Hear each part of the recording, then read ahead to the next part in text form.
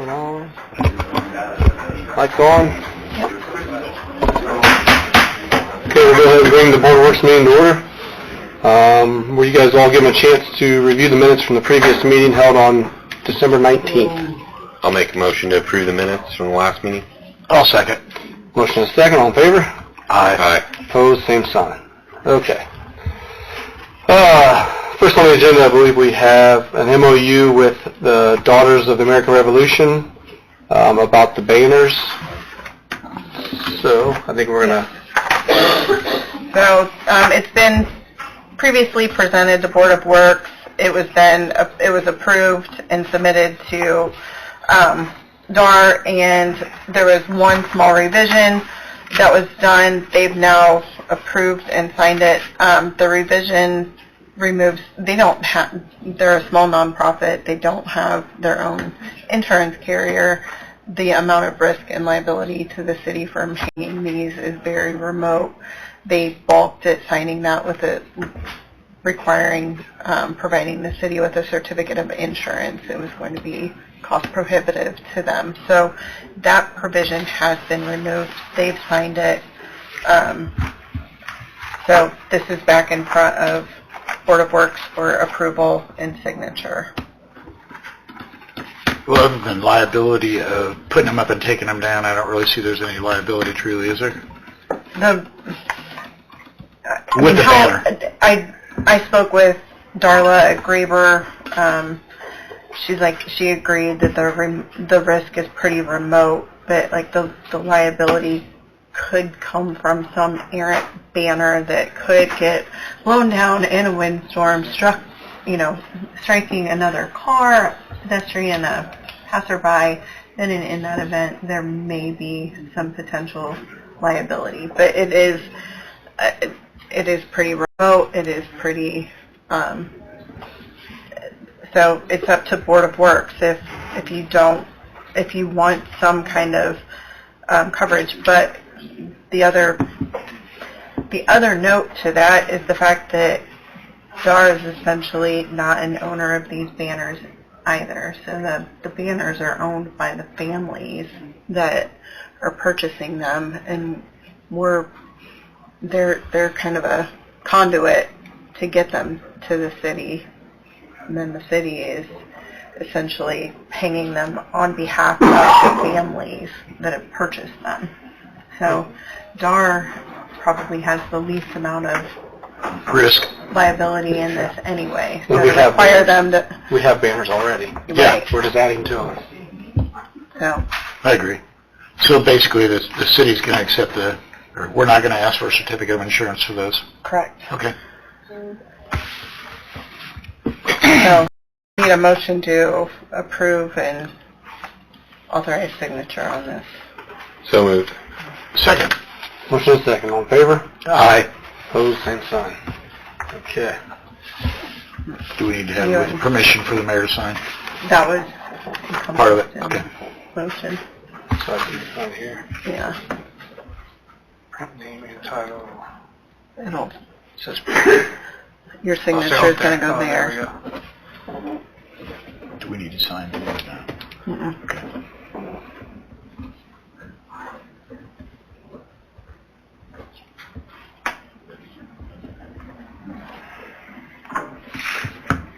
Are you testing this?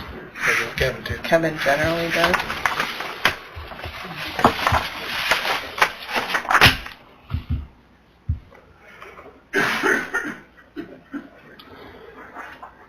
Okay, next, while we're signing this, Jeremy, we have a few items for you up here.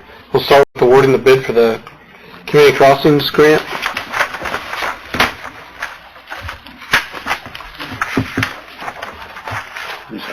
Last meeting, you opened 3 sealed bids for 23-2 for community crossings. I reviewed the bid, and I had USI Consultants also review the bid, and we're both in agreement to award it to Brooks Construction for the low and responsive bid of $886,747. $886,747. be our recommendation.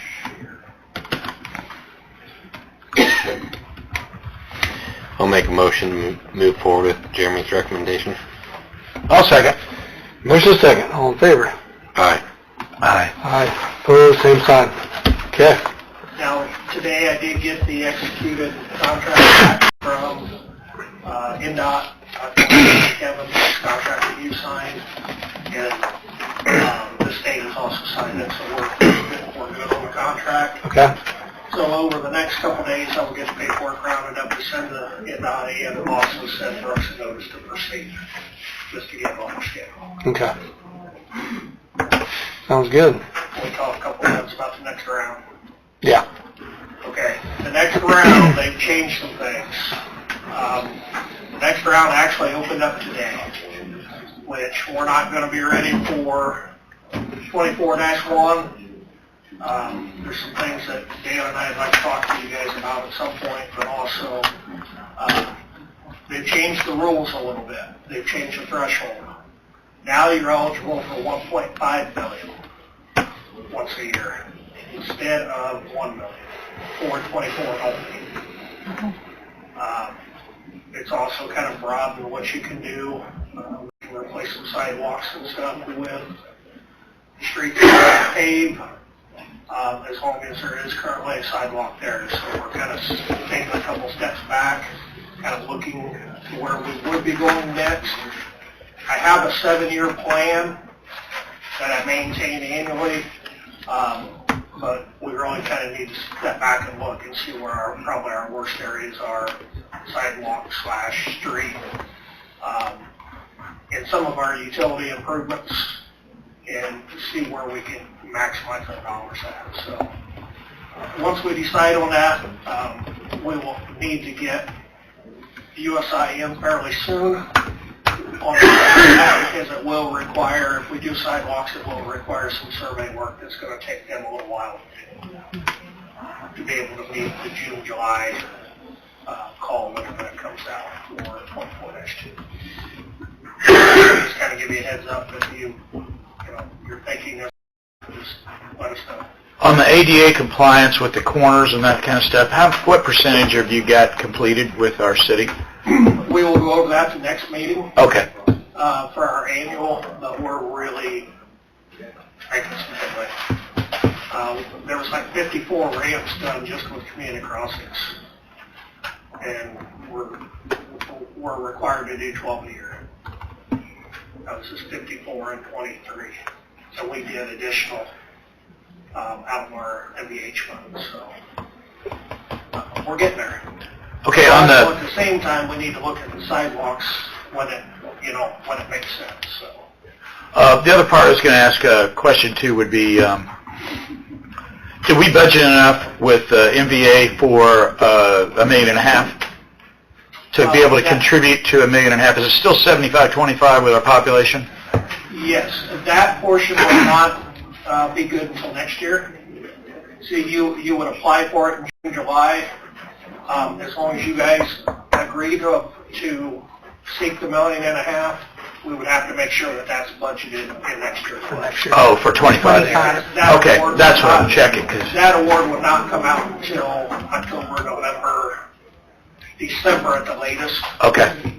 This year would obviously go to construction. Okay, so the earmark money for 2025 and 2024 state budgets, what you're saying? Okay. Yeah. That's like right now, we just bid out what we did last year. Okay. So we're kind of we're on always the in same arrears. cycle. Yeah, we're doing this. Yeah. We always go -2. It keeps it a lot cleaner, and it gives other communities an opportunity to also seek the money, and it just works out for our cash balance.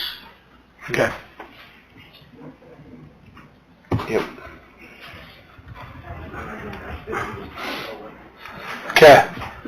So you're not asking for approval for anything, right? We're just on that. You made was the bid accepted? Yeah. Yeah, we already accepted the We bid. accepted Okay, the bid for we- Brooks. okay, we moved on. He just wanted to bring it up. Information. Yeah. I guess I can't ask if you guys want to, proceed getting a list and such around it. I'm certain you guys probably do, but We drove around, what was that, 2 weeks ago, just looking at some things, and, it's been something we've wanted to get some more trails extended to the city and not just where they're at. So this is a good opportunity to try to get some better sidewalks with some of the roads while we're doing them. If we extend them to a trail width, then we pay the difference. I mean, they'll only, they'll do 6, but they'll do up to 6 foot. So it makes sense if we're going to be doing some roads where trails could go, makes sense to do it together. Yeah. And only pay 25%. So. and also, like Dan and I talked, if you get into some of these areas where the water main is really, really bad, you can put the water main under the sidewalk and only pay 25% for the restoration. Yeah. Off the sidewalk out, put a water main under, pay 25% for that sidewalk foot back. So, Right. it only makes sense to strategically kind of start placing some of these things together. Yep. Okay. Request to grind concrete.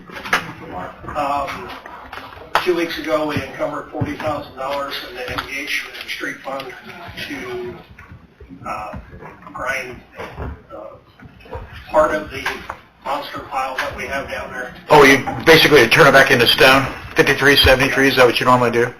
So I would like to proceed with that. How much you want to crush? That'd be You usually use about, what, 8 to 10,000 ton a year? Yeah, roughly. Kevin, did you bring that or is that? Yeah. 754 a ton. That's a value, because I know it's up pretty high now. Is it? Just checked. It was up for $6 and it cost you what we did. So Right. It's up about 60, 70 cents. What do you want to crush, Jeremy? I just only have the $40,000 to put toward it. It doesn't matter So he's just doing sizes or anything like that at this time, so you can make that call later? He's basically asking to use up to that 40,000. I would say yes. I'll make a motion to accept that. That's a pretty good value. It's about half price, Tyler. Second. Motion and second. All in favor? Aye. Opposed, same sign. When would they come in and do it? He's waiting on us, Okay. so probably here within another month or so. All right. Does Dan need to sign that, or do you usually sign those? Either one, it doesn't Okay. matter. Who was it anyway? Go green. Go Green. Will that even put a dent in the pile? Probably not, but it Okay. It's a mountain growing up. That's all I have with other projects and stuff that's going on. So we have a motion to go ahead and do it. How about a motion to give authorization to sign it? Yeah. So moved. Second. Motion and second. All in favor? Aye. Aye. Opposed, same sign. Okay.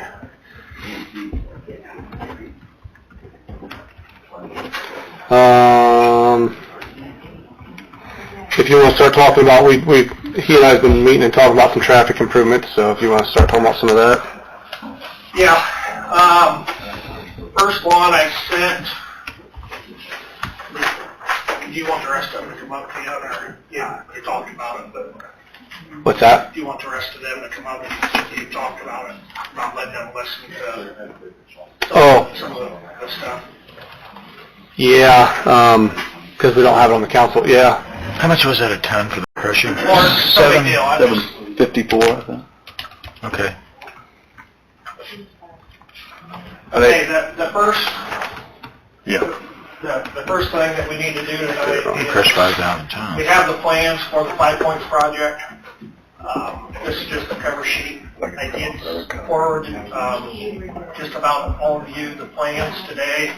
I need a signature from Dan, Craig, Tyler, Kevin, and myself to send this back to Structure Point so they can send it into with the plans. So. Have all the department heads reviewed that already, or? They've got it all of we've been reviewing it as it goes. Kevin and I looked at it pretty intense, and I forwarded it on to everyone else today, so they all have it.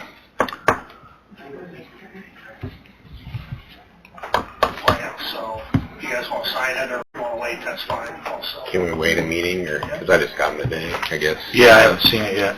I looked at it briefly, but not. Yeah, no, that's fine. Just at some point, we need to, I need to get it back. We're about 3 months early, so it's not a terrible That works. Okay. time frame here. Are they all? I can't see if Jenny's still signing. Are you guys, the rest of the council, do you guys want to, can you guys come up? We're going to talk about some pedestrian/motor vehicle improvements that we're looking at, so if you guys want to just come up for this part and listen what we're going to talk about.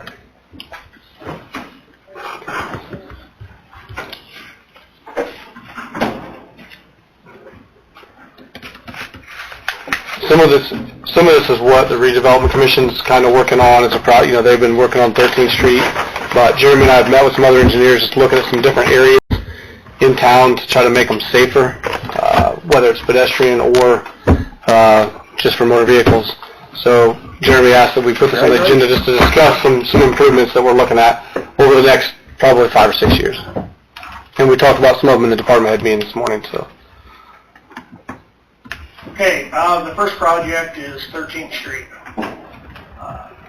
Last winter-ish, we worked with the Redevelopment Commission to improve the intersection of 13th and Bowman.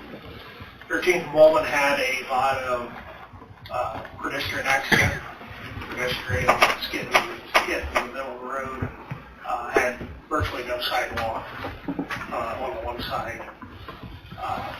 We cost shared with NDOT to share the cost of the new signalization for that intersection.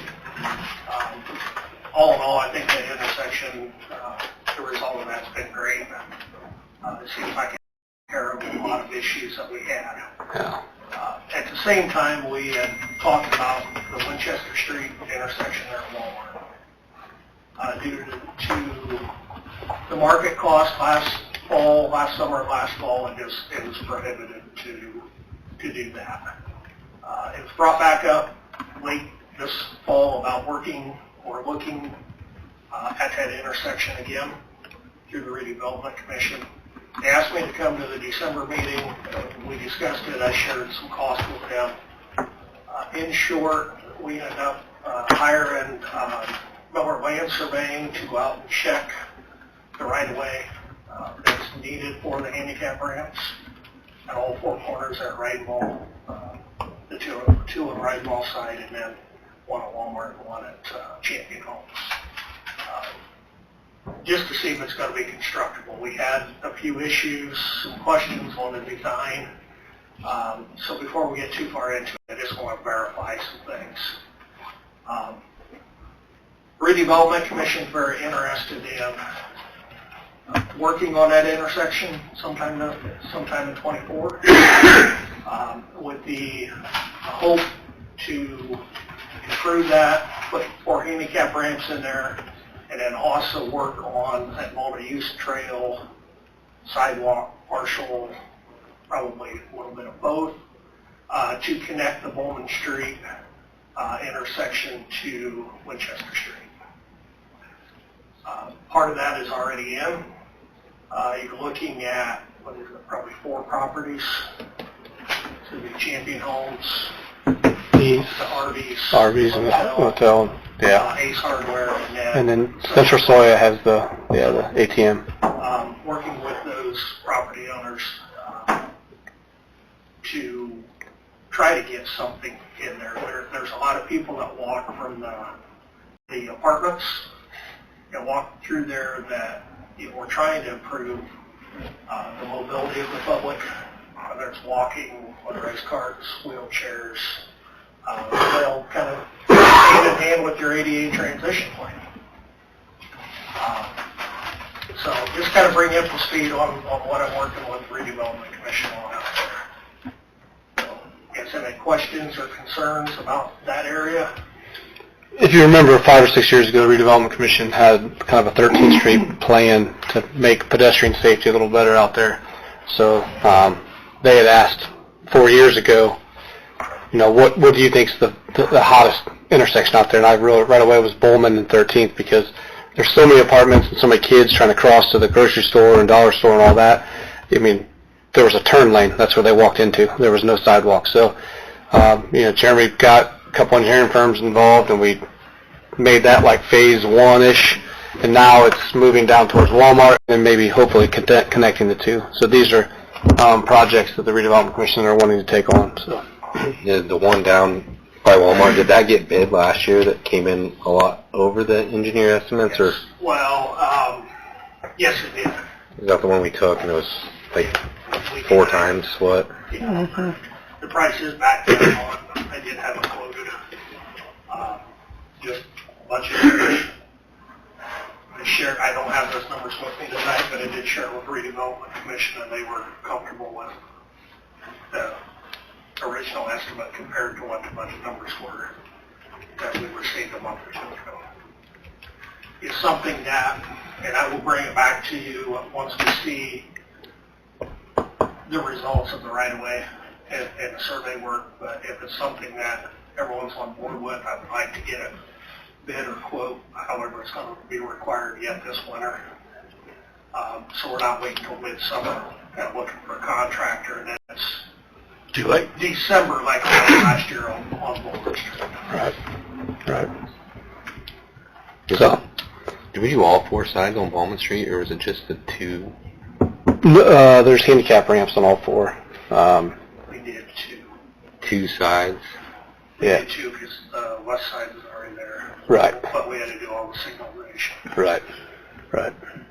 And then the whole sidewalk stretching along Fixler Insurance. And actually a sidewalk all the way back to Village Green too. So it goes on one side and switches to the other and goes all the way back to Village Green. It went all the way back to the sidewalk program and redevelopment project went all the way back to Prevailing Love Yeah. on 11th Up 11th Street, right. I just didn't know if you had to do all 4, if it'd be better off to just do the 2 on the north side, or as far as sidewalks goes, or if it even stays any longer. I think future plans is probably going to be running back up Winchester, the back of Village Green too. There's a lot of motorized chairs and stuff going around that area too. I'm sure you've seen it. Oh, yeah. Well, even the one in front of Ace, there's a trail where they walk. It's like a deer path, but it's people walking to Walmart Right. And through the yard. Yeah, there's a high population in that area with all the apartments, so Definitely, I would say that would be one that needs to go towards Walmart, because there's a path there that they walk in the grass now. right. Probably 12, 13 years ago, it was in our long-term plan. It was back when Charlie Cook and Bill Crone was on the council. They were also looking at that area because of, like Dan was saying, the amount of people that was there at the time, and it's grown. But also on Winchester Street, like we're talking about, because there were so many people going that way out of Village Green because they had no other where to go. Now they're somewhat getting redirected, but it's still, which way's the better option there. So, sidewalk makes your community walkable and a lot more presentable, so. Yep. I would like to, Dan and I talked when we get in front of Champion Homes and that stretch, is to possibly talk with Champion about moving the path in the property a little ways to get it off the top of the property, the utilities, and also keep the battle of the snowplows down, because the state's going to continually to cover it up all winter long. If we can get it in behind the poles where it's more protected, I think it would be Or even a path that would be ideal, wouldn't it? Like a paved path. I don't know if that's any cheaper than a sidewalk. I like a paved path. You could do a paved path. That's what Bluffton has there on their main drag. Mm-hmm. If you can get people. Yeah, both options can be looked at. I mean, Well, you just have to price it out both ways. Right. I think paving would be a little bit cheaper to go that route. mm-hmm. I just don't want to put it on top of all those utilities because everyone is out there. Mm-hmm. And I watch every utility go once you're back up whenever there's a gas leak or something. Right. So, any questions on that stretch? I have like 3 or 4 stretches. I won't take up a ton of time. It is kind of more informational. The other has been a hot spot for probably 25 years or more, probably going on 30 years. It's been out at 28th Street and West Monroe Street.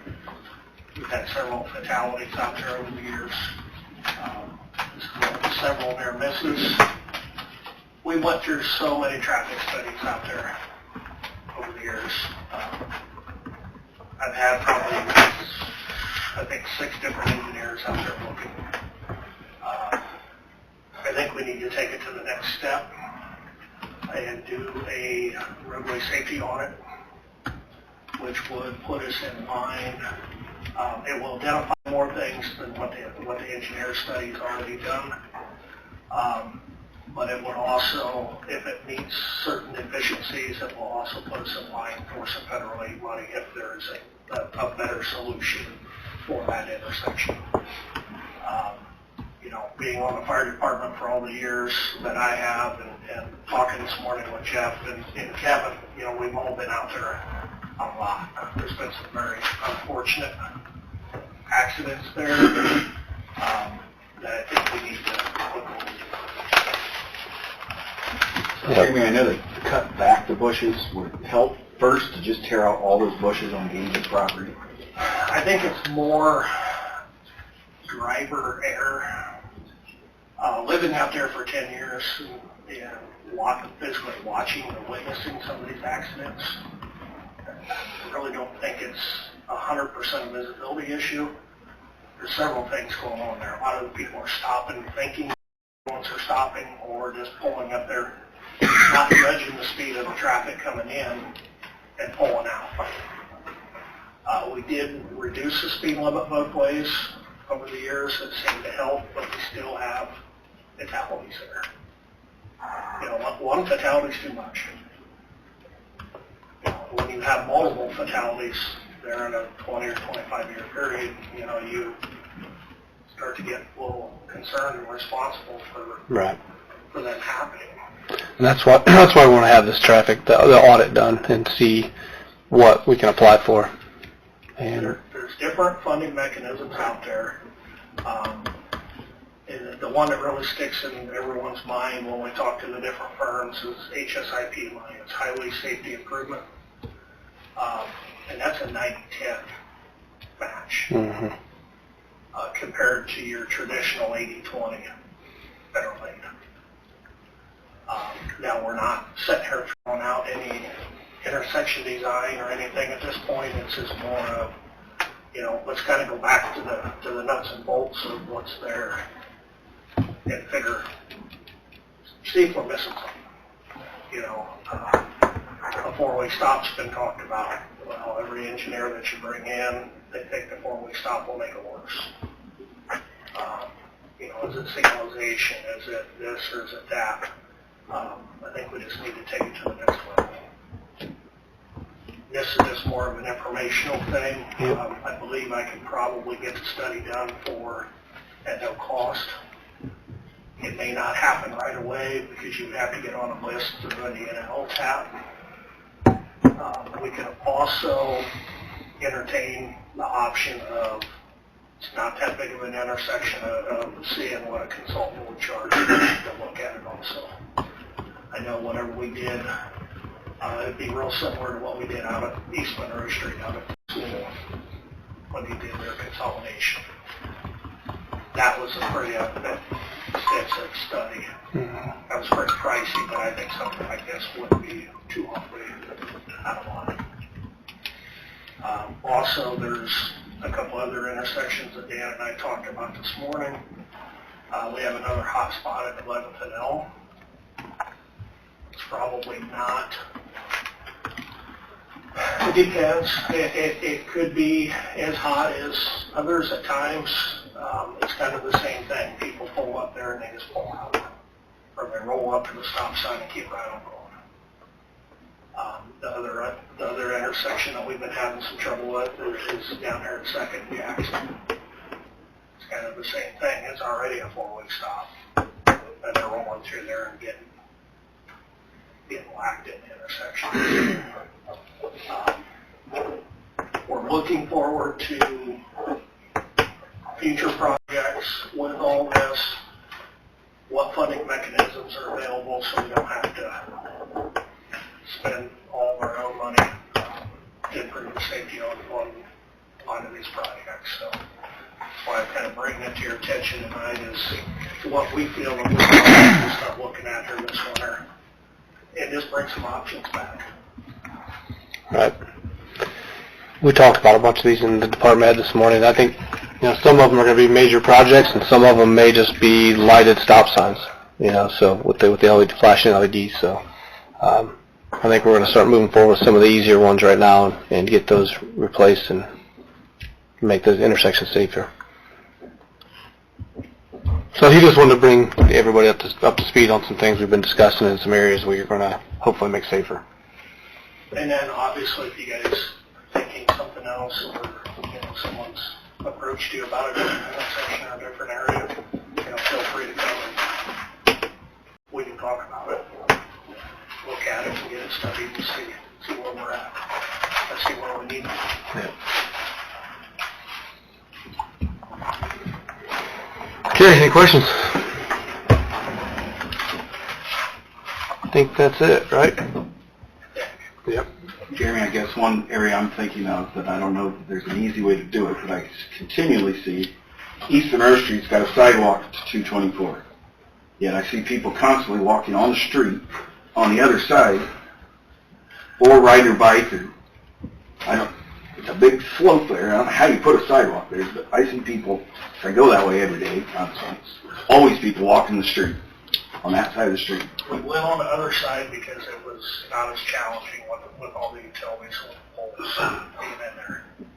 The way the poles are, once you get past the church or even before the church, it takes up a lot of your right of way that you already have.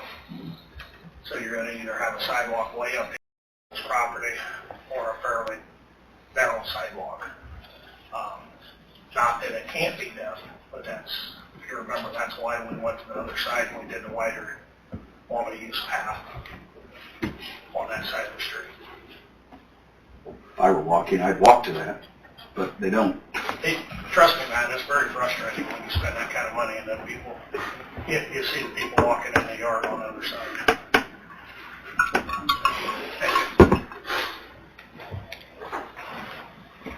Okay, Kurt, I think you have a couple of items.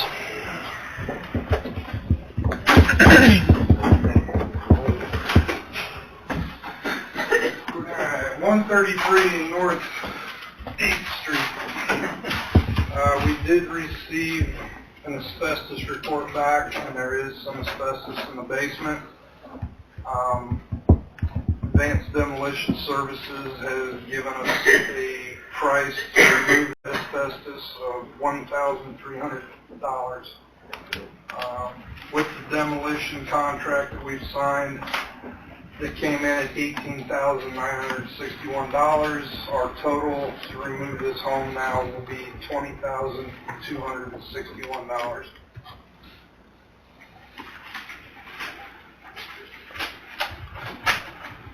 How much was the demo? I'm sorry, I missed that. Demo was $18,961. Thank you. So, Advanced Demolition Services is reaching out to a company, Indiana licensed abatement contractor that they use quite often. He's just going to bring them in, have it removed, and then once that's removed, then he's going to come in and tear down the house and remove it.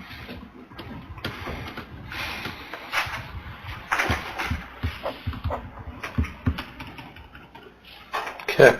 Are you asking for any approval for that, or so it's already... I told him to go. Okay. I want that house down. Right.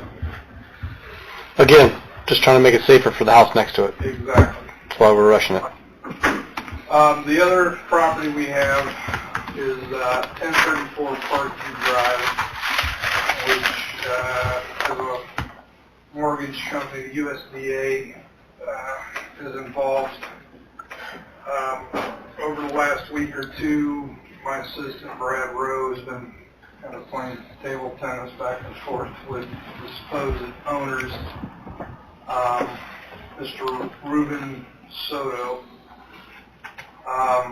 Mr. Soto says that he received a letter from the USDA basically canceling all debt, and that they were basically turning it back over to him and his two siblings. And a little bit of research. Ultimately, this property has been an issue for the city for several years. The gentleman who was the original owner died. He died intestate. He had 3 children.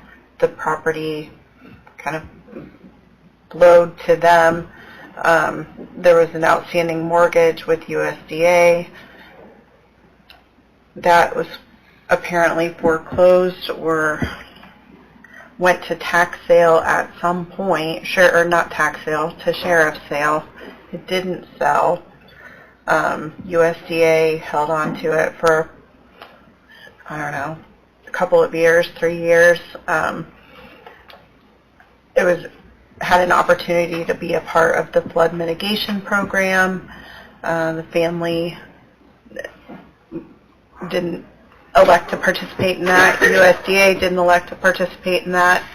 And then it's now in such a state of disrepair that a couple of meetings ago, Kurt brought this property back before the Board of Works, and it was suggested and recommended that get a demolition order through the court because of USDA, or reasonably believing at that point the USDA was the record owner of the property. Looking at it, the children, the Soto kids, are the record owners. There is a recorded mortgage by the USDA, but it is not owned by USDA. So I think your update tonight is really just to inform the Board of Works that there really is not a need to seek a court order at this point, that within the unsafe building law you do have the authority to issue an order for demolition on this and give notice to any person with an equitable interest in the property. And so it kind of removes the need to move forward with a court order or to file a cause of action. Brad did receive a phone call from Mr. Soto this afternoon. He has absolutely no interest in this property.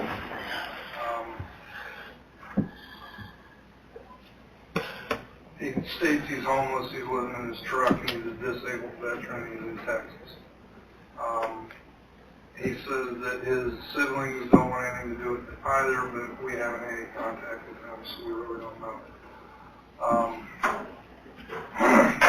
I'd like to demolish the house and remove it. You have the authority to do that under the unsafe building law, and I can work with you on the notice that needs to get sent to property owners. Just to give you a heads up, what's probably going to happen is after we remove the home from the property, we'll play the game. We'll send out invoices. They'll have 30 days to pay. If they don't pay within 30 days, then we'll put a lien on the property. It'll probably go up for tax sale 2 to 3 more times. Nobody's going to want to pay that lien off. So then they'll end up doing certificate sale, which we need to be involved in that certificate sale when it goes up, so we can retain the property and it's turned into green space. If somebody else buys it at certificate sale, then we're going to have to jump through those hoops because anything they put on there is going to have to be elevated up above the base flood elevation, like the one down on Ogden, East Monroe. Yep. So we're going to kind of be married to this thing for probably the next 2 to 3 years.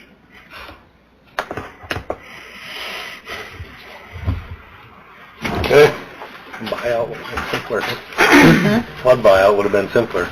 Yeah, no kidding. They'd have just taken the Rod Bradburger's recommendation. All would have had money. All would be clean. Do you have anything else for the Board of Works? Yes. Need to make a matter of record the contract with the community crossings. I think that was done last meeting. Okay. It is signed and complete, just needs to be made a matter of record. I'll make a motion to make that a matter of record. Second. Motion is second, all in favor? Aye. Opposed, same sign. Okay.